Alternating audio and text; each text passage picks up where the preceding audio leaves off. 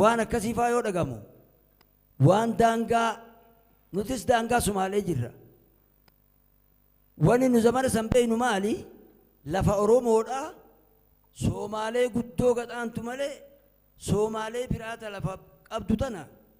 zamana sanuun jiru zamana duraa dhiisaati zamana Oromoo duraa dhiisaa zamanuma Haile Sillaasee kabaalabbaata burqaan bulan keessattuuyyuu daangaan Oromoodha Somaalee guddoo gadiiti malee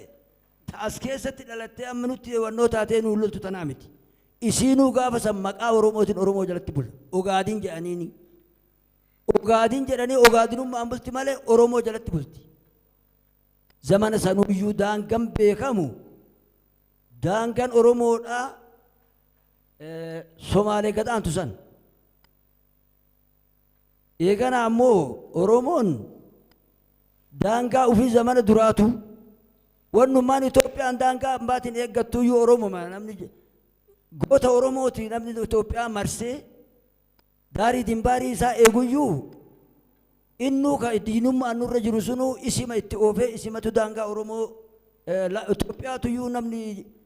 ijaaraa ture humnuma Oromooti jenneeti wanni dhageenyu waan guddorra